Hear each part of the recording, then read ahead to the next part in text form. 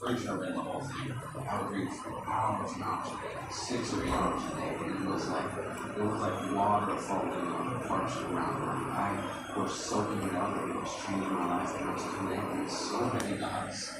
Like when I saw Jesus as the Son, Habakkuk 3:4 says that his radiance shines us.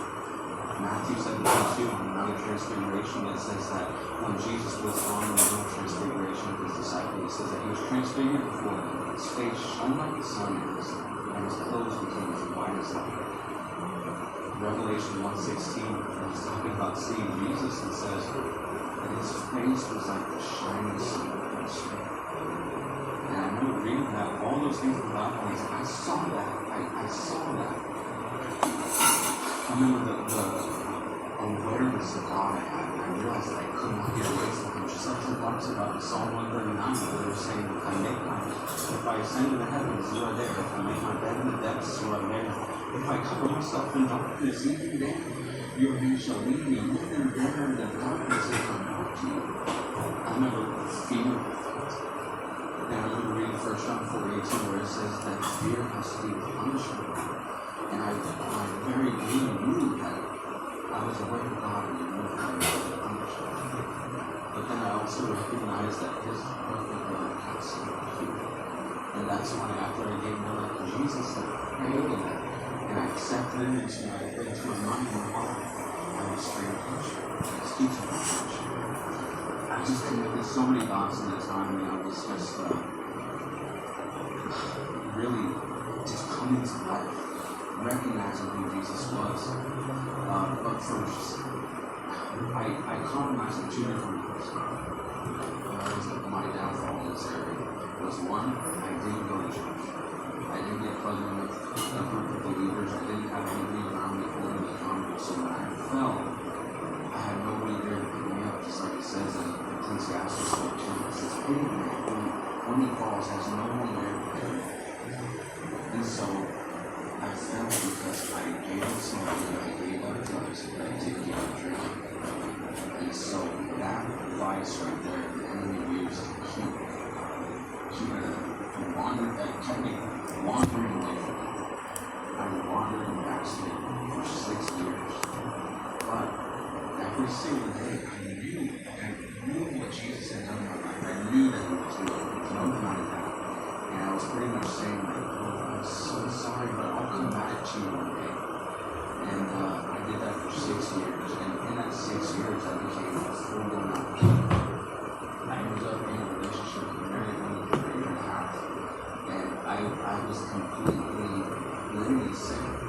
And I did that for 6 years. Fast forward to the end of 6 years, right? I'm a full-blown alcoholic. The married woman I was with, she had broken up with me. And I remember I was just lost. So I'm at a work Christmas party. And I'm drunk. And there's a guy sitting behind me. He's the husband of one of the ladies that I used to work with. And so I'm not always kind of talking to me, but I was like the social front that I get drunk and I talk to everybody. And so he leans over and he's talking to me in a church on he's a Christian. And he had just got back from a mission trip to Africa. And he's telling me all the things that God's doing, all the things that God's doing in his life, church, all this stuff. And so I go, I believe in God too. And so I tell him the same story that I just told you. And he was listening so intently, and he was really weak, and I felt like I was the only person in the room as I was talking to him. And I get to the end of the story, and I was like, one day I'll be back to you.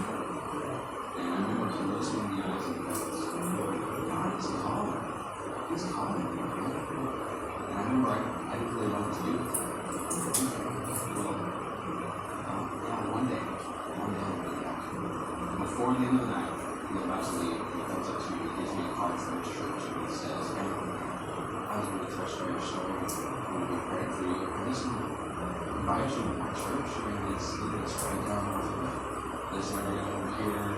Services at this time. I would love to see you." And I remember I took the card and I was like, "Oh, thanks."